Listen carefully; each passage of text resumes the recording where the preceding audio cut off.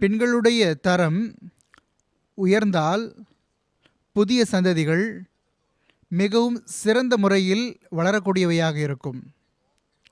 மேலும் தம்முடைய சமுதாயத்தின் வழக்கங்கள் மற்றும் அறிவை கற்றுக்கொண்டு அவற்றின்படி செயல்படக்கூடியவையாக இருக்கும். இதே நிலைமைதான் மார்க்கத்தின் விஷயத்திலும் இருக்கின்றது.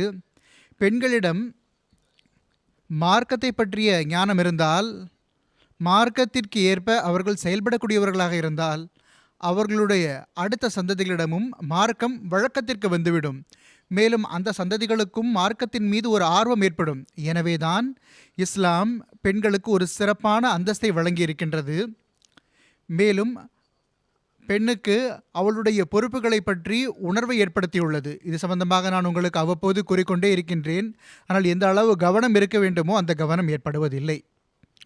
நான் ஆண்களுக்கும் கவனம் ஊட்டுகின்றேன், பெண்களுக்கான உரிமைகளை நிறைவேற்றுங்கள் என்று, அவர்களுக்கு மார்க்கத்தை கற்றுக்கொடுங்கள் என்று. பெண்களுக்கும் கவனம் ஊட்டுகின்றேன், மார்க்கத்தின் ஞானத்தை கற்றுக்கொள்ளுங்கள். மேலும் உங்களுடைய அடுத்த சந்ததிகளை பாதுகாத்து கொள்ளுங்கள் என்று நான் கூறிக்கொண்டிருக்கின்றேன். மேலும் நீங்கள் தாழ்வு மனப்பான்மைக்கு இலக்காகி விடாதீர்கள். இஸ்லாம் உங்களுக்கு ஏதோ குறைவான அந்தஸ்தை வழங்கியிருக்கிறது என்று நினைத்து விடாதீர்கள்.